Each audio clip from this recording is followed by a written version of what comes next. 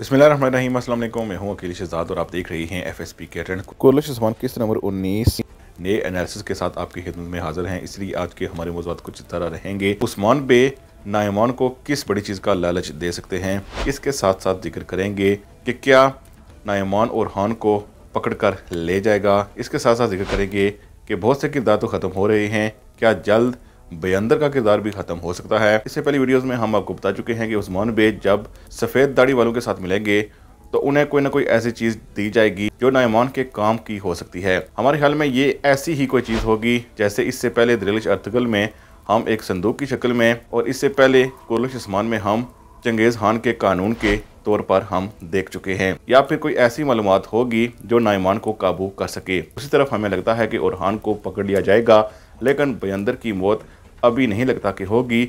जो ही वो को नया गलत इकदाम करेगा फिर उसकी मौत दिखा दी जाएगी।